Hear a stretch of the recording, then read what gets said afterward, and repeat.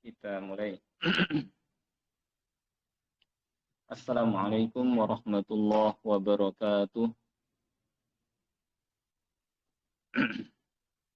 Alhamdulillahirabbil alamin wal 'aqibatu lil muttaqin wa la udwana illa 'alal zalimin. Asyhadu an la ilaha illallah al malikul haqqul mubin wa asyhadu anna Muhammadar Rasulullah shadiqul wa'dil amin. Allahumma salli wa sallim ala nabiyyina Muhammad wa ala alihi wa sahbihi ajma'in, amma ba'd. Pertama-tama kita panjatkan puja dan puji syukur kehadirat Allah Subhanahu wa taala yang tidak henti-hentinya melimpahkan kepada kita semua nikmat-nikmatnya, terutama adalah nikmat Islam.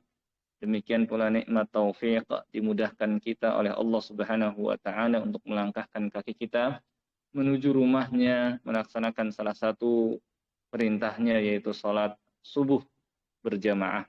Dan kemudian Allah mudahkan kita melanjutkan dengan hadir di majelis ilmu agar pengetahuan keislaman kita bertambah dan agar kita tetap istiqomah di atas agamanya. Salawat dan salam tidak lupa kita sampaikan kepada Nabi kita Nabi Muhammad sallallahu alaihi wasallam, kepada keluarganya, para sahabatnya dan orang-orang yang mengikutinya hingga hari kiamat. Seperti biasa bahwa pada Sabtu pagi pekan pertama kita mempelajari hadis-hadis Nabi sallallahu alaihi wasallam, yaitu hadis yang ada dalam kitab Al-Arba'in An-Nawawiyah karya Imam Yahya bin Syaraf An-Nawawi yang memuat qawaidul Islam atau kaidah-kaidah Islam yang apabila kita hafal atau kita memahaminya, insya Allah kita mengetahui sikap yang harus kita lakukan dalam meniti kehidupan dunia yang banyak penuh dengan problematika. Dan sebagaimana sabda Nabi sallallahu alaihi wasallam, wa khairul huda huda Muhammadin sallallahu alaihi wasallam, sebaik-baik petunjuk adalah petunjuk Nabi kita Muhammad sallallahu alaihi wasallam. Maka beruntunglah mereka yang menjadikan petunjuk atau pedoman hidupnya ya Al-Qur'an dan As-Sunnah. Ya, Al-Qur'an, tentang Al-Qur'an Allah berfirman, "Famanittaba'a hudaya fala yadhillu wa la yashqa." Barang siapa yang dalam hidupnya di dunia mengikuti petunjukku, dan petunjuk Allah ada dalam Al-Qur'an, fala yadhillu wa la yashqa, maka dia tidak akan tersesat dan tidak akan sengsara di akhiratnya. Kemudian dia pun mempelajari sunnah Nabi sallallahu alaihi wasallam yang merupakan petunjuk dari Allah Subhanahu wa taala juga, dan sebagai sebaik-baik petunjuk ya, maka dia akan beruntung dan akan mendapatkan hidayah. Dan Nabi sallallahu alaihi wasallam telah meninggalkan kepada kita dua pedoman yang apabila kita berpegang dengan keduanya maka kita tidak akan tersesat selama-lamanya, yaitu kitabullah wa sunnati, kata Nabi sallallahu alaihi wasallam, yaitu kitabullah dan sunnahku.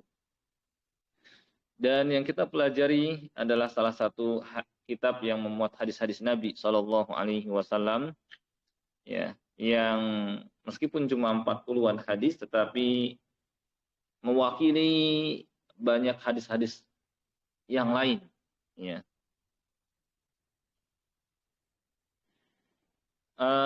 Pada kesempatan ini insyaallah kita akan pelajari hadis yang ke-9 ya, dari kitab Al-Arba'in An-Nawawiyah, yaitu hadis Abu Hurairah radhiyallahu an. Saya akan bacakan hadisnya terlebih dahulu. An Abi Hurairah Abdurrahman ibn Sakhr Ad-Dawsi radhiyallahu anhu qala sami'tu Rasulullah sallallahu alaihi wasallam yaqul ma nahaitukum anhu fajtanibuh wa ma amartukum bihi fa'tu minhu mastata'tum fa innama ahlakal ladina min qablikum kathratu masailihim wa ikhtilafuhum ala anbiya'ihim. Dari Abu Hurairah radhiyallahu anhu yang namanya Abdurrahman bin Sakhr Ad-Dausi.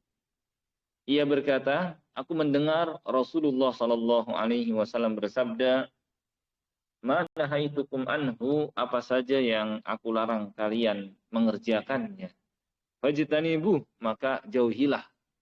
Ya, ini apa saja larangan Nabi Shallallahu Alaihi Wasallam, jauhilah. Ya, langsung ditinggalkan.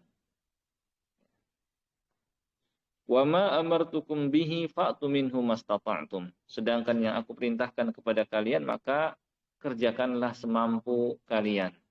Ya, nanti akan diterangkan kenapa kalau untuk larangan langsung segera dijauhi, sedangkan untuk perintah maka kerjakan semampunya.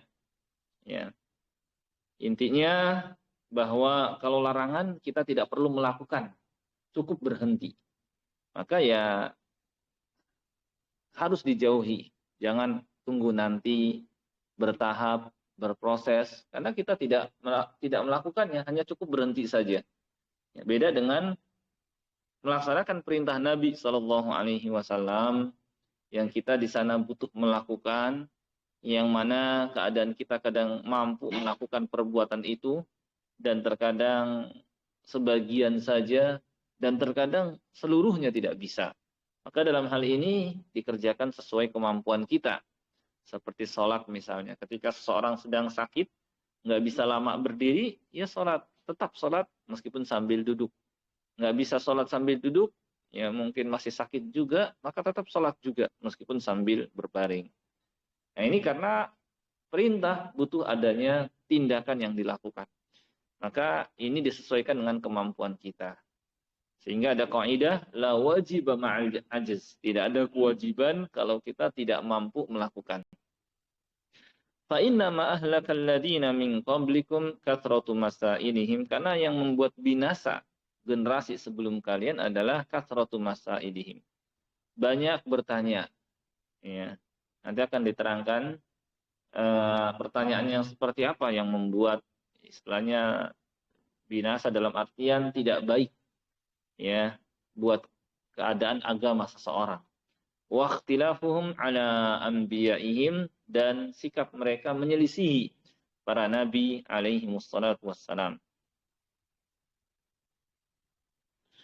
Sebelumnya juga perlu kita ketahui bahwa lafaz menjauhi ini lebih dalam daripada sekedar tinggalkanlah. Ya, sama seperti kalimat wala taqrabuz zina innahu kana fahishatan wa maqtan wa sa'a sabila. Jangan dekati zina. Maka ini lebih dalam dari sekedar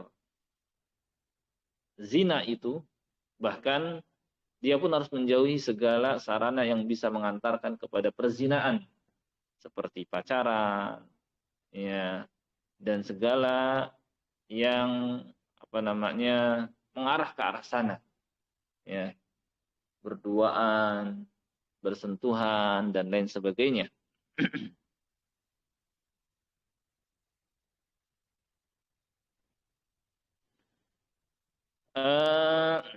Hadis ini, ya,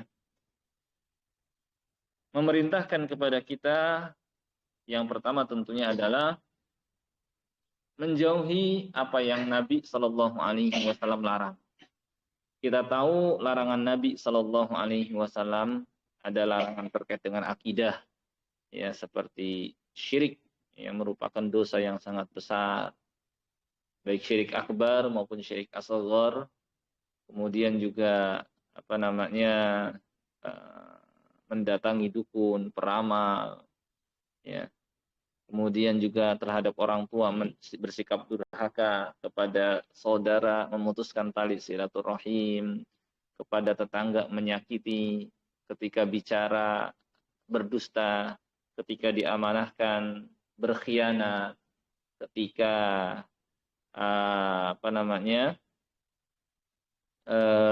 berjanji mengingkari, dan larangan-larangan Nabi Shallallahu Alaihi Wasallam. Sikap seorang Muslim terhadap larangan ini jauhi, ya, jauhi.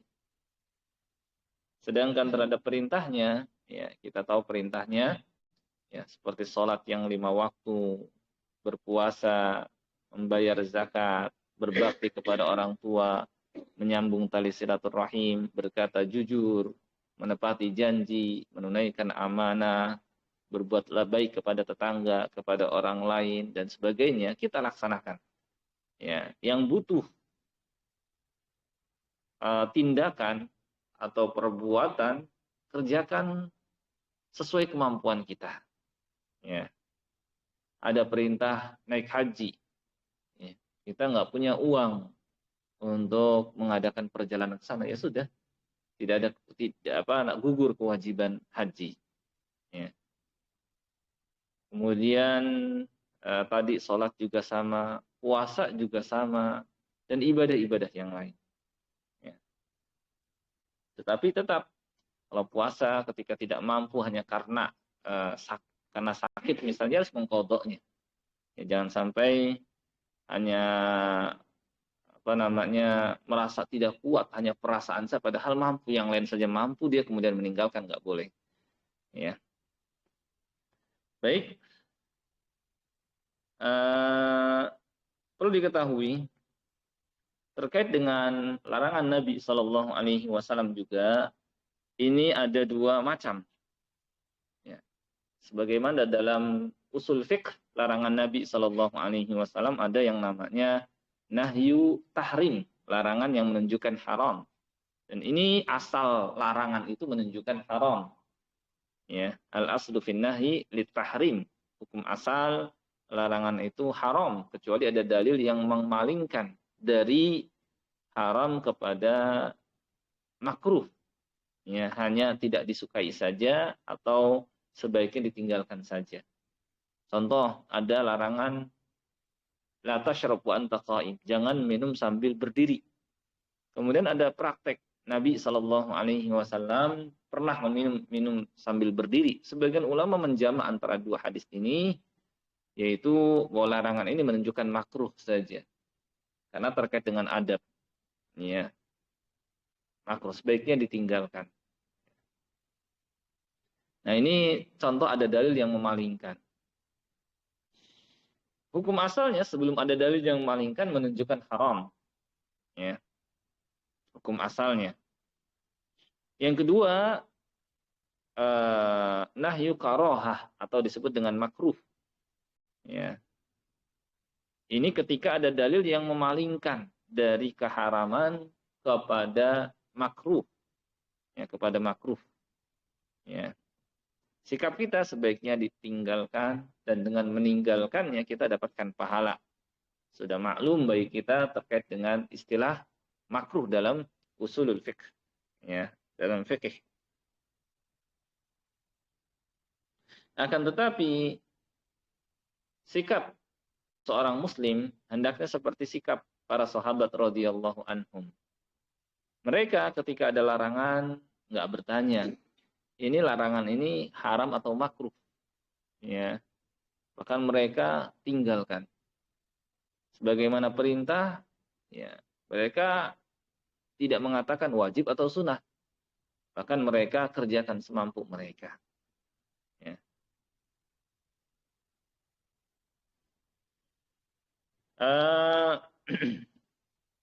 Berdasarkan hadis ini tadi, ya nahitukum anhu, apa saja yang aku larang, maka jauhi. Maka langsung dijauhi, tidak menunggu berproses nanti, karena cukup dia meninggalkan. Dan mencakup baik yang kecil maupun yang besar. Contoh riba.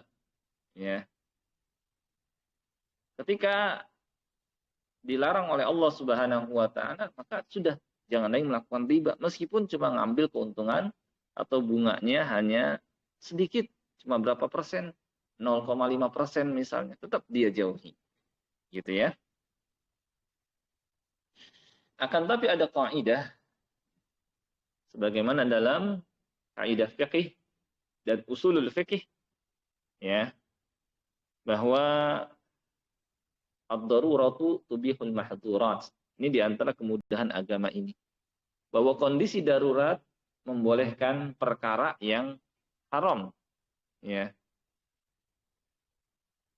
Kondisi darurat membolehkan perkara yang haram. Akan tetapi ini tuqaddar biqadriha, sesuai dengan kadar darurat itu. Dalil yang menunjukkan demikian contohnya adalah haramnya memakan makanan yang 4. Ya, hurrimat alaikum maitatu waddam wa lahmul khinzir wa ma uhilla li ghairillahi bih. Haramnya makan bangkai, haramnya makan darah yang mengalir, haramnya makan lahmul khinzir atau daging babi, haramnya makan sembelihan yang tidak disebut nama Allah atau disebut nama selain Allah Subhanahu wa taala, ya. Ayat ada illa matturirtum ilaih, kecuali kalau kalian darurat, ya.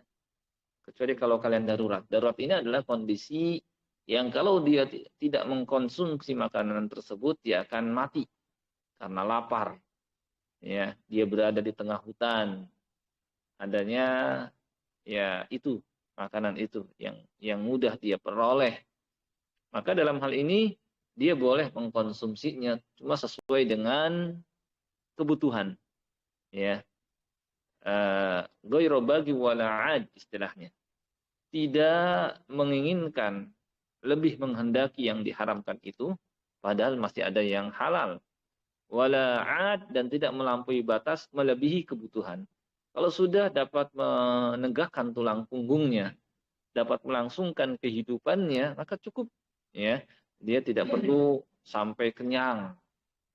Dia tidak perlu nambah. Yang penting bisa melangsungkan kehidupan, setelah itu dia mendatangi yang halal. Nah, ini maksud bahwa ad-daruratu tuqaddaru biqadriha. Darurat itu disesuaikan dengan kadar kebutuhannya. Ini terkait dengan yang haram. Yakni boleh mengkonsumsi bangkai kalau darurat saja. Tapi sesuai dengan kebutuhan, ya, tidak melebihi kalau sudah bisa menegakkan tulang punggungnya, dan tidak juga lebih memilih yang haram, menginginkannya, ya, padahal di sana ada yang halal. Nah, sebagaimana larangan itu terbagi dua, demikian pula perintah pun ada terbagi dua juga. Ya, ada yang masuk ke dalam wajibat, ya, yang wajib, dan ini hukum asalnya. Perintah itu menunjukkan wajib. Al-aslu fil amri lil wujub. Asal perintah itu menunjukkan wajib. Illa ma dalla dalilu ala khilafih. Kecuali ada dalil yang mengalihkan dari wajib kepada sunnah. Dari mana kita tahu? Dari ya hadis-hadis yang lain. Ya. Misalnya dari hadis itu pun terkadang ada.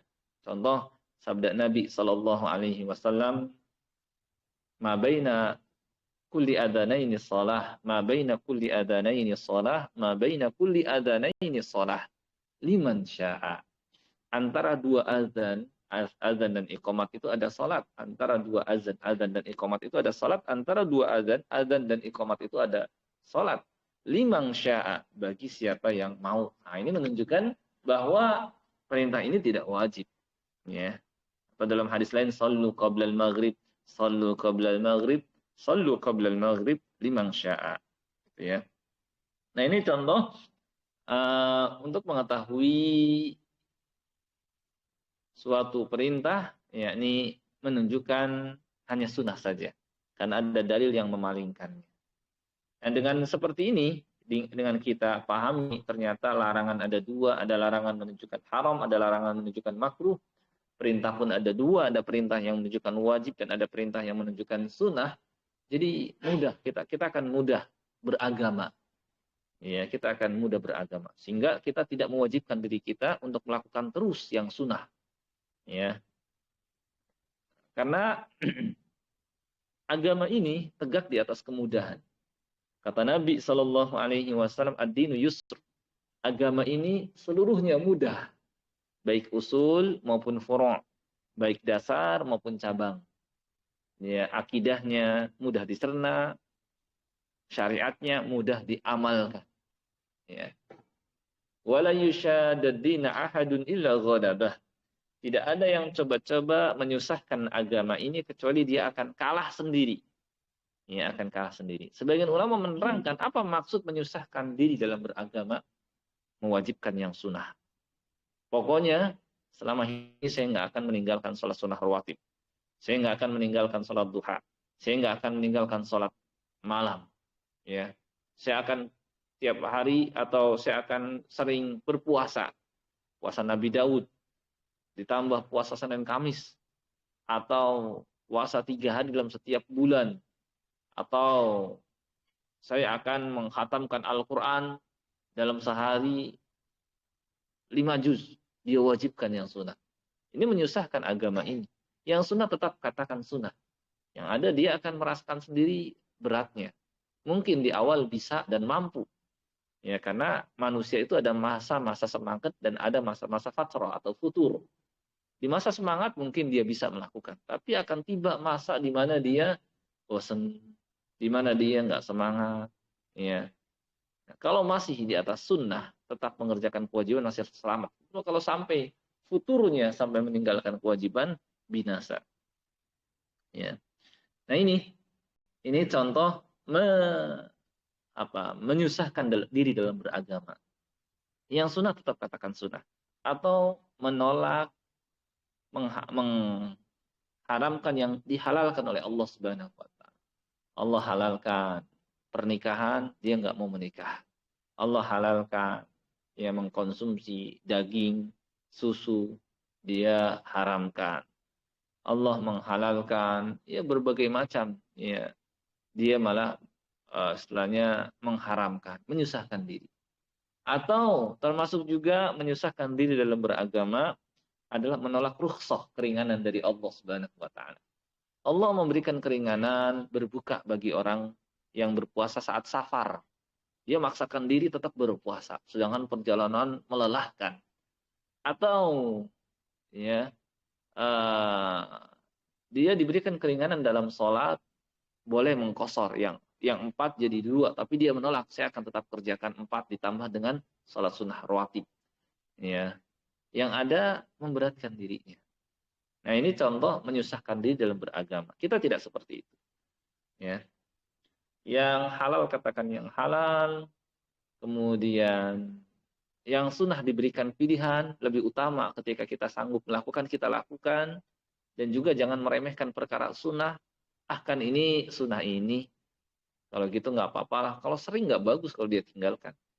Jangan sampai prinsipnya seperti orang Badui yang menginginkan kesederhanaan dalam segalanya, sampai dalam masalah ibadah pun dia ingin sederhana. Ya, sehingga derajatnya di sisi Allah rendah. Ya, sehingga kalaupun masuk surga ya tingkatan yang bawah. Ya, padahal dia mampu sebenarnya. Ya, seakan-akan dalam sebuah sekolah, padahal dia mampu ya lulus atau naik kelas dengan peringkat yang tinggi, tapi dia prinsipnya yang penting lulus, yang penting naik kelas, meskipun dapat peringkat terbelakang dari sekian siswa. Itu prinsip orang Badui. Kalau kita nggak seperti itu. Kemudian tadi yang sunnah, yang kalau kita kerjakan kita dapatkan pahala, derajat kita di sisi Allah semakin tinggi. Tapi kalau ditinggalkan kita nggak berdosa. Ya.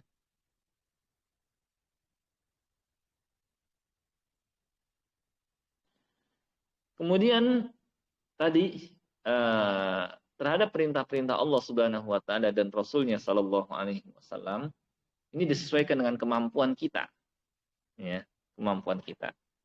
Maka kalau kita lagi tidak mampu, ya sesuai dengan kemampuannya. Nggak bisa sholat sambil berdiri, boleh sambil duduk. Nggak bisa sholat sambil duduk, boleh sambil berbaring. Ya. Ketika sebagian rukun kita tidak bisa lakukan, ya yang kita bisa lakukan. Gitu.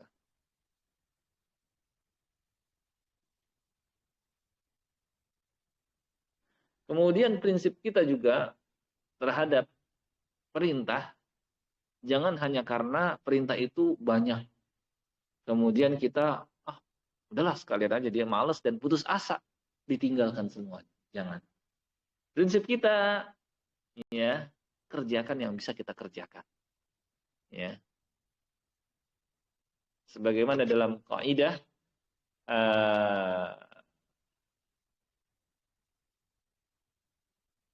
apa kaidahnya?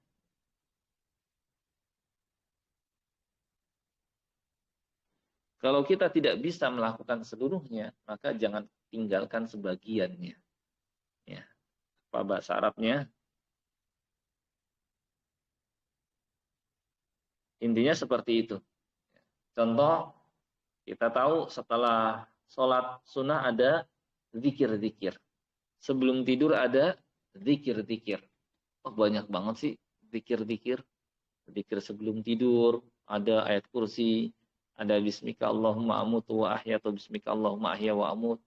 Ada baca subhanallah 33 kali, alhamdulillah 33 kali, Allahu akbar 34 kali. Ada membaca akhir surah Al-Baqarah. Akhirnya udahlah saya mau tidur langsung aja. Jangan juga. Yang bisa kita kerjakan ya, ma la yudraku luhu la yutrak ba'duhu. Nah, itu kaidahnya.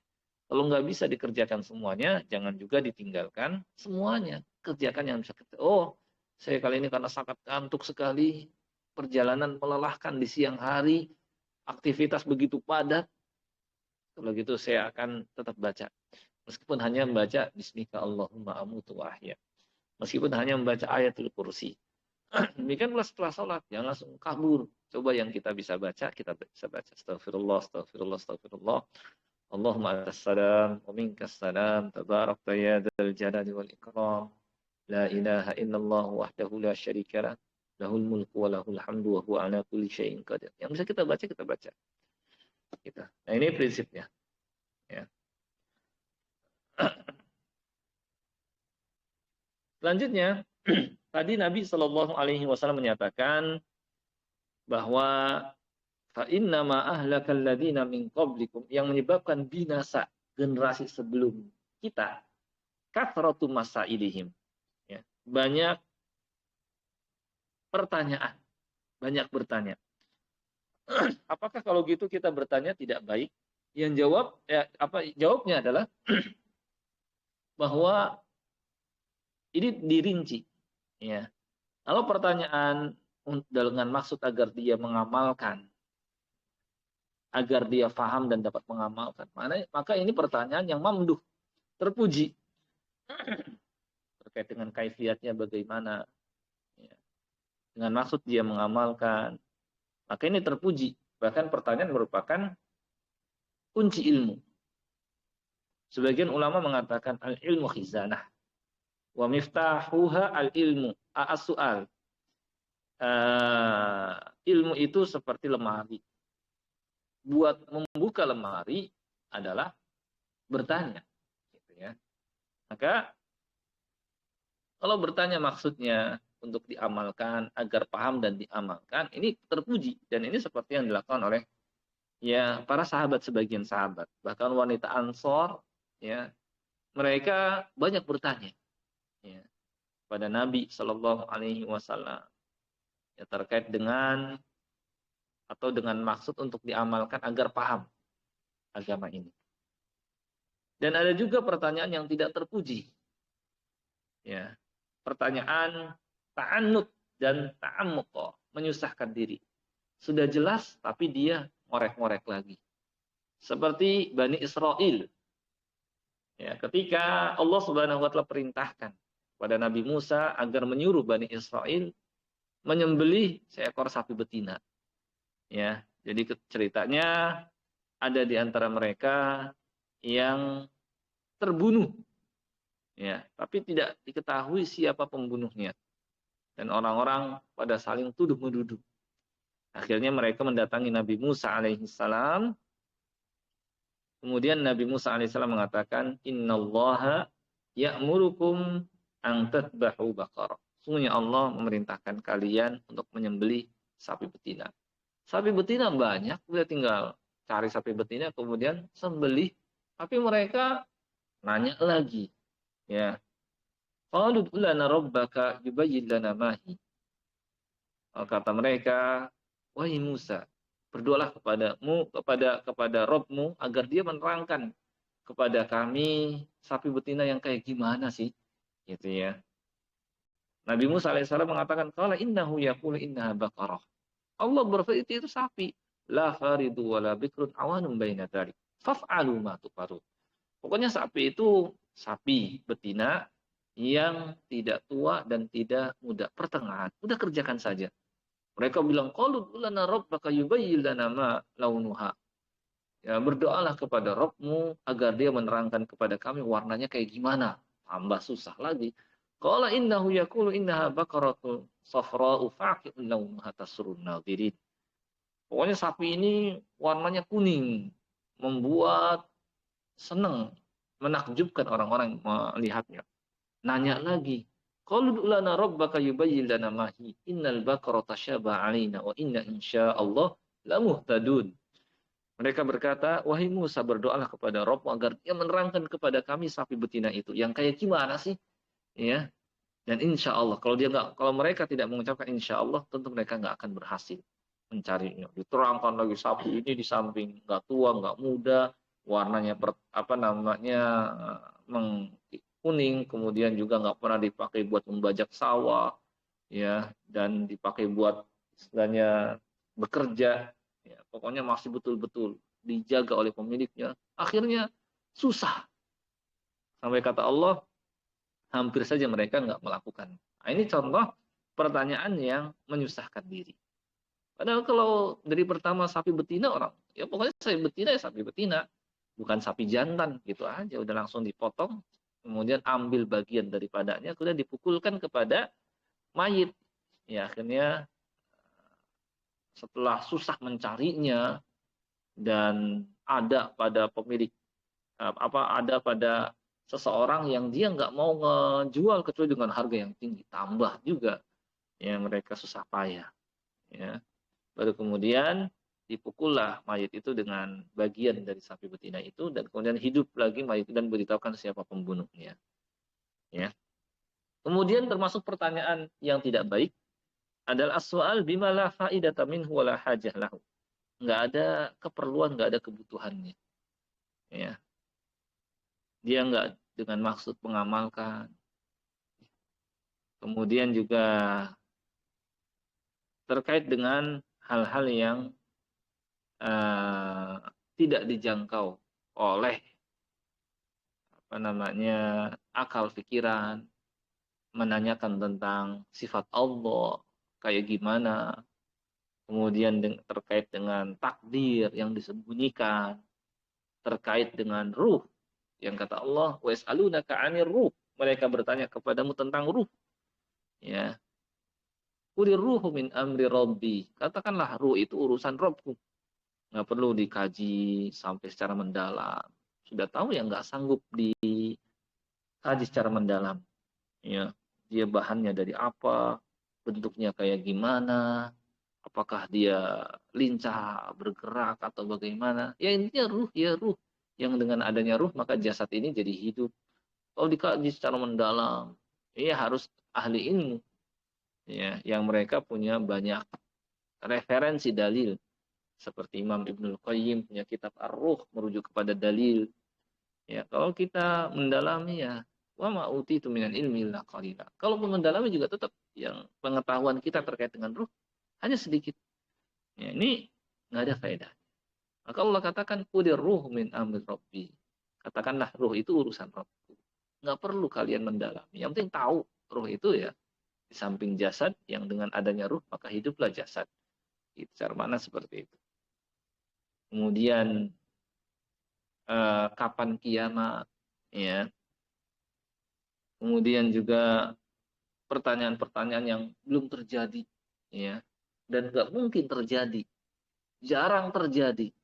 Nah, ini juga termasuk kalau misalnya, padahal belum terjadi atau nggak mungkin terjadi. Nah, ini termasuk pertanyaan-pertanyaan yang nggak ada faedahnya. Fa inna ma ahlakal ladina min qablikum kathratu masailihim. Yang membuat binasa generasi sebelum kalian adalah pertanyaan-pertanyaan semacam ini. Ya.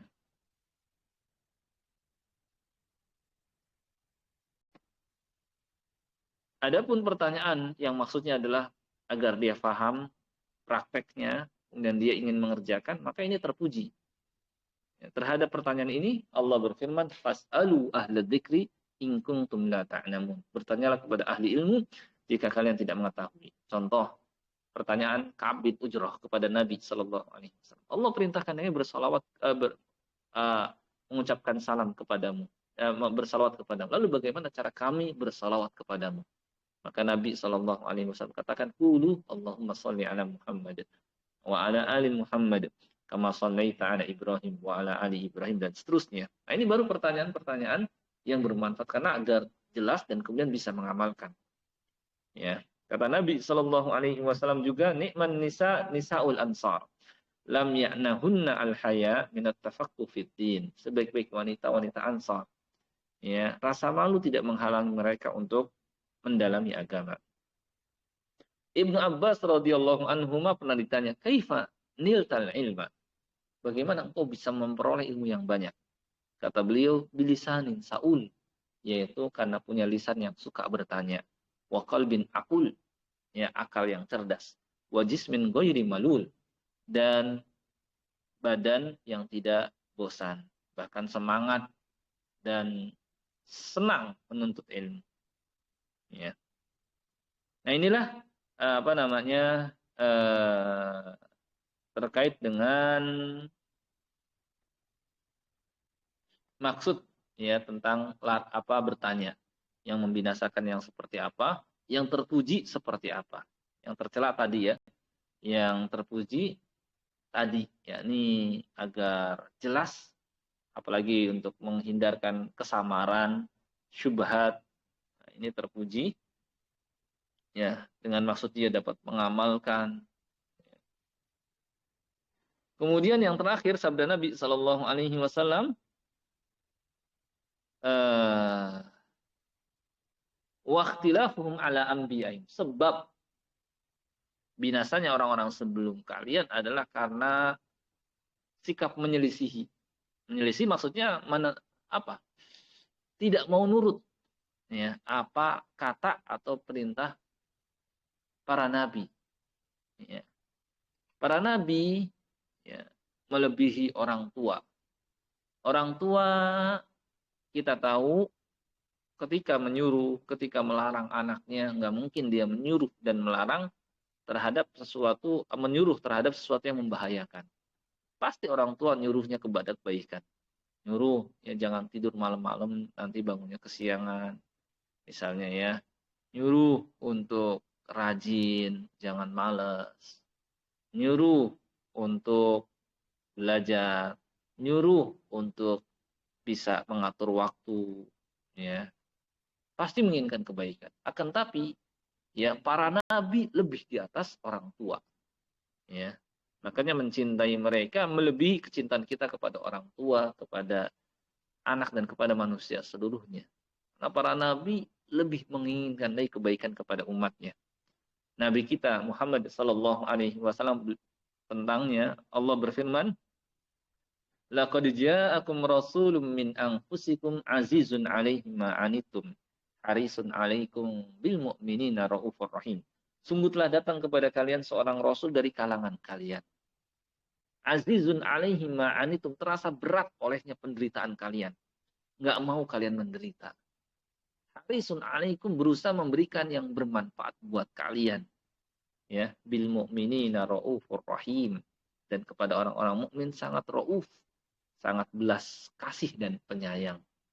Makanya beliau pernah bersabda, perumpamaan beliau dengan umatnya seperti, ya, kalian itu seperti laron-laron yang mendatangi api, menjatuhkan diri ke dalamnya. Aku berusaha menarik kalian daripadanya, tapi kalian malah menceburkan diri ke dalamnya. Ya. Nah, maka kalau kita tahu bahwa para nabi alaihi wassalatu wassalam, mereka menginginkan kebaikan buat umatnya, tunduk aja. Ikuti perintahnya, jauhi larangannya, jangan malah dilanggar. Apalagi sampai disakiti. Ya, seperti orang-orang Yahudi yang sering sekali menyakiti para nabi. Ya, orang Yahudi, mereka, ya, sebagian mereka dustakan, sebagian mereka sakiti. Bahkan sebagian lagi mereka bunuh. Bahkan Nabi yang mulia, Nabi Musa alaihissalam pun sering sekali disakiti oleh Bani Israel. Sampai-sampai Nabi Musa mengatakan, Wa idz qala Musa liqaumihi ya qaumi lima tu'dzunani wa qad ta'lamuna anni rasulullah ilaikum. Dan ingat ketika Musa berkata kepada kaumnya, wahai kaum, kenapa kalian sakiti aku? Kalian tahu aku adalah utusan Allah kepada kalian yang ingin memberikan kebaikan kepada kalian. Tapi mereka malah menyakiti Nabi Musa alaihissalam. Nah itu. Maka kalau ada umat baik umat Islam, kalau sama umat Islam ada naudzubillah min dzalik, ya, atau manusia yang merendahkan, nah itu udah nggak tahu diri, ya, nggak ingat jasa para nabi, melebihi nggak tahu diri seorang anak kepada orang tua, ya, seorang anak kepada ibu-ibunya yang telah mengandungnya, yang telah melahirkannya, yang telah menyusuinya, yang telah mengurusnya, yang telah membesarkannya. Nah, kalau ada umat di antara umat ini yang merendahkan Nabi, yang melecehkan Nabi, yang tidak sopan kepada Nabi, ya, itu sama seperti anak melebihi anak durhaka kepada orang tuanya, nggak tahu kadar kedudukan Nabi dan bagaimana ya Nabi itu berusaha membawa umat manusia kepada kebahagiaan. Maka layak mereka yang merendahkan para nabi di dunia dan akhirat Allah hinakan. Belum lama apa namanya? Ada yang membuat karikatur Nabi Shallallahu alaihi wasallam, ya, merendahkan beliau. Allah kasih musibah dengan kecelakaan. Sebelumnya dia dihantui oleh ancaman dari sana sini, khawatir ditemui di jalan ada orang yang menangkapnya, menyakitinya, ketakutan sehingga dia dikawal terus kemana-mana sama polisi. Dia kira dengan cara dikawal sama polisi kemana-mana dia akan aman. Dia nggak tahu bahwa Allah berkuasa terhadap seluruh manusia. Ya, wallahu min waraihim muhita. Allah berkuasa terhadap mereka. Allah takdirkan, ya dia kecelakaan. Ya, sampai terbakar dalam mobil. Ya, kemudian juga ya di negeri kita yang coba-coba merendahkan Nabi kita Shallallahu Alaihi Wasallam mengatakan lebih hebat mana antara uh, Nabi Muhammad dengan bapaknya, ya, pernah seperti itu. Allah hinakan di akhir hayatnya, murtad sekarang. Naudzubillah min dzalik. Ya, dan banyak orang, hatta orang awam pun merendahkan dia dengan puisi-puisinya. Jadi terhina di dunia dan di akhirat. Naudzubillah min dzalik. Baik, saya kira itu terkait dengan yakni syarah hadis yang nomor 8 ini, ya, terkait dengan sikap kita terhadap perintah Nabi, sikap kita terhadap larangan Nabi Shallallahu Alaihi Wasallam, ya, dan yang membuat binasa umat terdahulu agar kita jadikan pelajaran. Ya, banyak bertanya yang tidak ada faedahnya, yang menyusahkan diri, juga menentang para nabi, nggak mau tunduk, nggak mau patuh. Ini mungkin yang bisa kita pelajari pada kesempatan Sabtu ba'da subuh ini. Mungkin sebelum ditutup, kalau ada yang belum jelas, silakan. Ada yang ingin ditanyakan, nggak apa-apa. Insya Allah pertanyaan yang terpuji. Karena maksud kita adalah agar semakin jelas yang belum samar, atau mungkin peristiwa-peristiwa yang terjadi di sekeliling kita, ya, nggak jadi masalah. Ini pertanyaan terpuji kalau seperti dan untuk menambah pengetahuan atau di luar materi nggak apa-apa. Mungkin itu yang bisa kita pelajari. Silakan kalau ada yang mau nanya.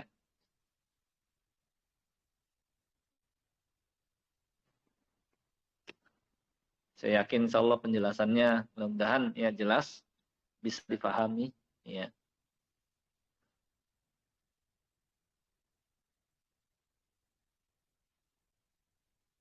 Oh iya, silakan Pak.